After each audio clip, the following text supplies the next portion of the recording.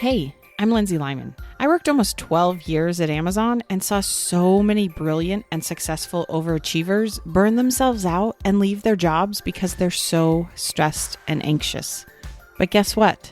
Having a successful career does not have to be at the expense of your mental sanity and personal time.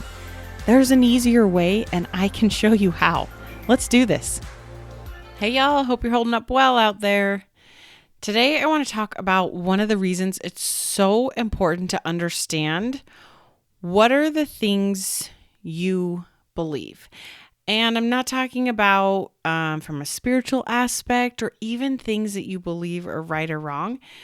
I'm talking about the beliefs that sometimes they're like universally accepted, but totally not helpful at all. When you think a thought so often and that neurological connection becomes so strong, it's what I call a belief, it actually moves to a different part of your brain and it moves more to that automated, deeper part of your reptilian brain that just functions on autopilot. And everything that your brain is processing and the emotions that you're having and the feelings that you're having, everything kind of processes through that autopilot part of your brain. So it's really important to understand what some of these beliefs are and make sure you're choosing them on purpose. Some of these beliefs might be, there's just not enough time to get things done. I have so much to do. This is a really challenging project. This is a toxic work environment. I'm not here to tell you what to believe and what not to believe, but what I want to show you today is that it's really important to understand what you believe, not just because it's going to impact what you do and don't do, but because your brain would rather be right than feel good. So if you have a belief that's making you feel terrible, that's keeping you stuck, things like it's such a hard environment to find a job out there, I don't feel safe and secure in my job, why these things might feel true, if that is what you are focusing on, if that is what your brain believes, your brain is actively working to prove that belief right instead of helping you feel quote unquote good. And as I've mentioned before, it's important to feel better, to feel more empowered than to feel stuck, because what you do and don't do totally depends on how you're feeling. Think of what are the problems or challenges you're having right now. I'm guessing your brain tells you the problem is I don't know what to do, but that's not actually true. You do know what to do when it comes down to it. Like if you really push came to shove, you could think of a few things to try. I'm not saying it's going to work or they're the right things, but you actually know some things you could go and do to figure out this problem you have. And like most problems, you're going to have to try a handful of things to figure it out. But the reason we're slow to go and do things and figure it out is because your brain is optimizing to be right, not for you to feel empowered to go and take the action. It wants to be right in that you're confused and don't know what to do. It's actively fighting for that, but that's just going to keep you stuck. There's a reason your brain does this. You're not broken. There's nothing wrong with you. Your brain believes if you are not right, then you're wrong. And if you're wrong, your brain perceives that as a threat. The amygdala part of your brain, like the alarm part of your brain, is activated when there is a threat. This is when you go into fight, flight, or freeze. Your brain believes so strongly that being wrong is dangerous. That is why it's constantly trying to prove itself. Think of like if you are feeling stuck in something because you keep telling yourself, I just don't know what to do. That feels safer. Like, yeah, see, I don't know what to do. There's not a clear path. I'm not sure where to go. That feels safer and less threatening than going out and trying something and having it not work. That feels very scary and dangerous, right? That is a threat. Being wrong feels very scary to your brain.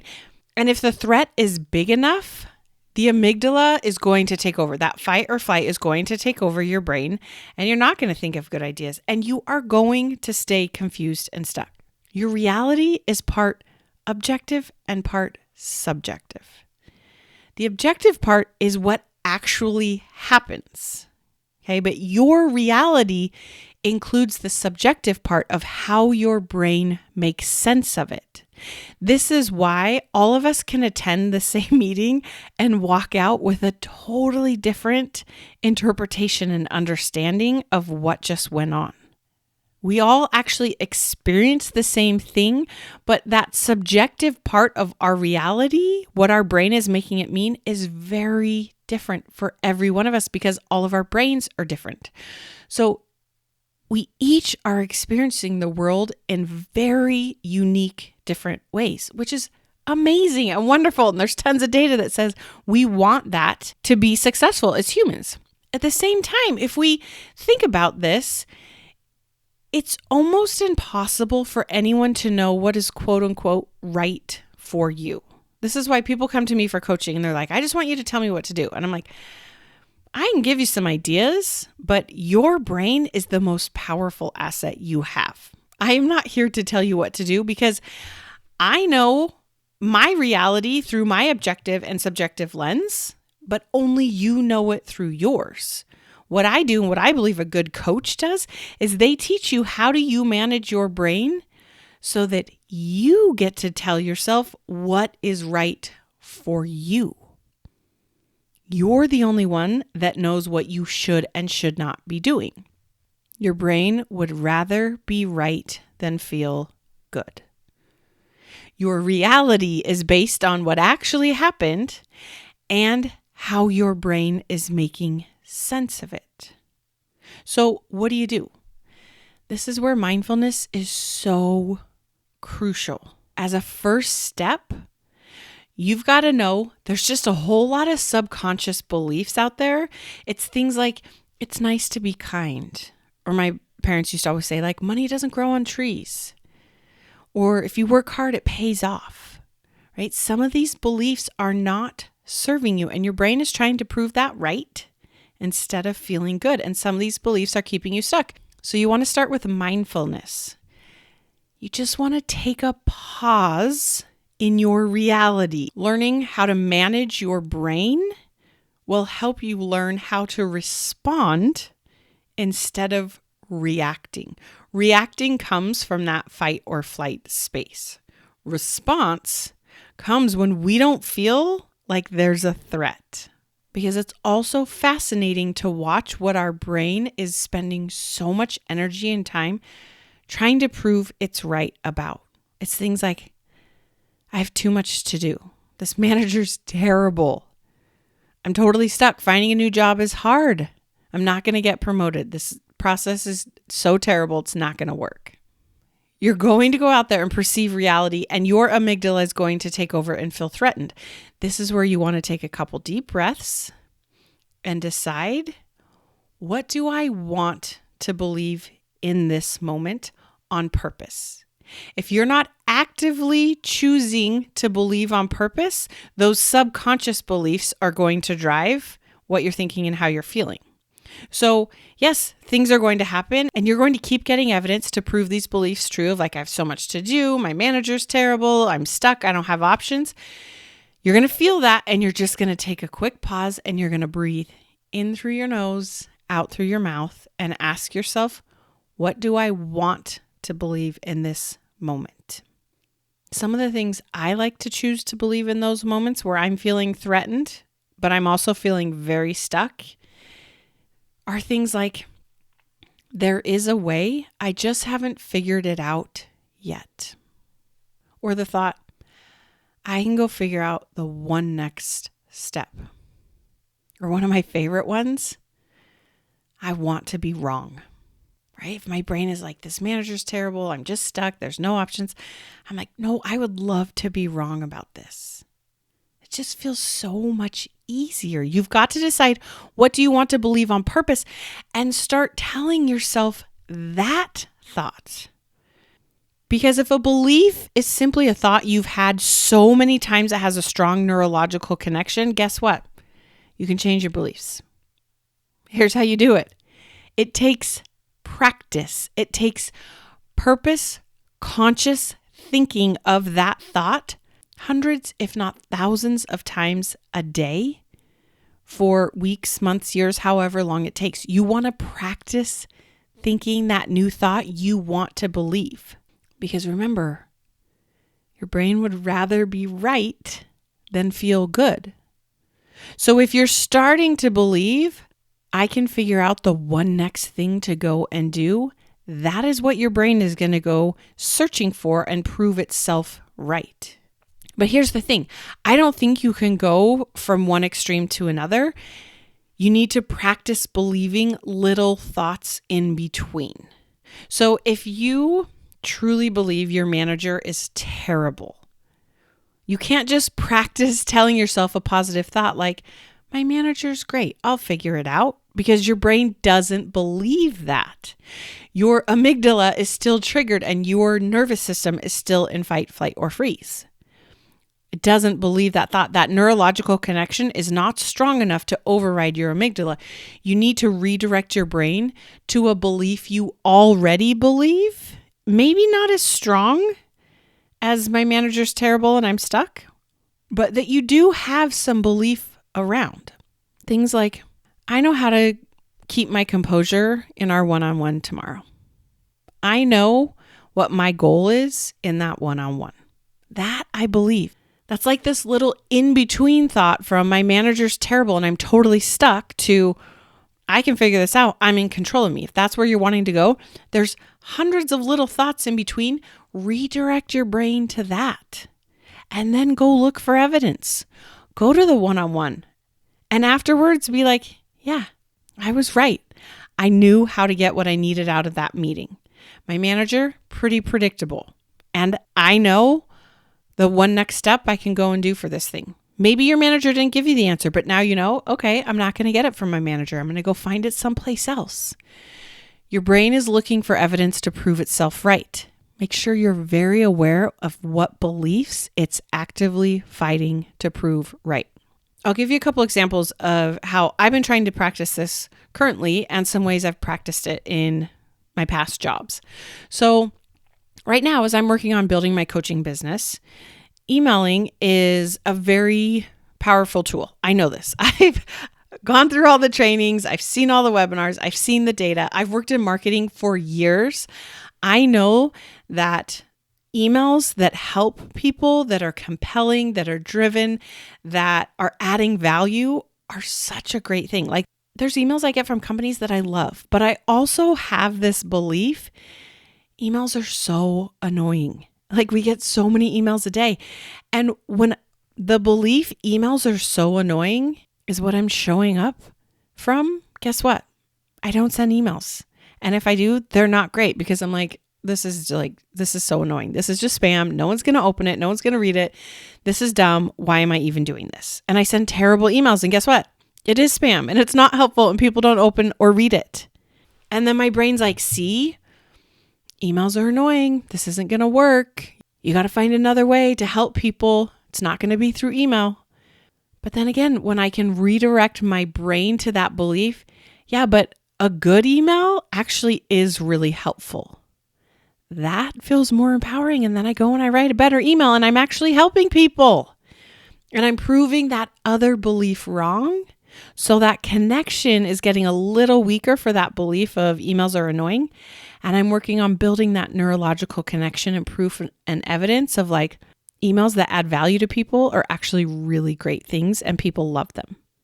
Another belief I'm working on getting rid of and replacing is it's really hard to be a single parent. I just don't have time for me. And this is a belief my family buys into and validates for me, and my friends validate for me, and society will tell me this. But looking at this, again, my brain is just trying to prove and give me evidence and point it out and be like, oh, see, that was hard. Oh, see, you didn't get time for yourself today. And it just makes me feel terrible and stuck, and I don't want that. Even if it is true, I'm like, okay, I'm going to put that aside. What else do I believe? Sometimes those in-between thoughts I work on practicing believing to feel unstuck are things like, this is just my flavor of hard. Everyone has hard things. This is mine. I can do this. I'll make something work. Or it's things like, you know what? My kids are worth it and I can still have me time as a single parent. because my brain can believe that some days. Or the thought, it's okay for things to be hard. I want to figure this out.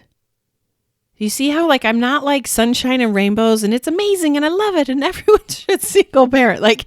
That's not what my brain believes. And I'm not even trying to push it to believe that. I'm just trying to make sure I'm aware and conscious of the beliefs my brain is cycling all the things on my to-do list through, because the thought, I don't have time for me because it's hard to be a single parent, is not a helpful one in any shape, way, or form.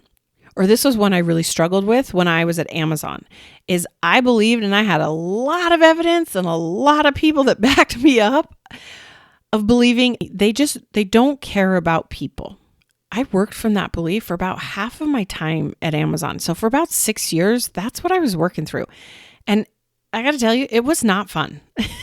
It was hard work, and I had pockets and moments of fun, but I'm a people person. I care about people. I care about my teams that I managed. I would always tell people, I care about you as a human first and foremost, and an employee second. And I did everything I could to back that up, because you know what I did believe that I could redirect my brain to when it was trying to tell me this is a terrible company. They don't care about people. I believed I am part of this company and I care about people. And that felt so empowering, because then I could go and create teams and create environments that felt more aligned with the kind of environment I wanted to create.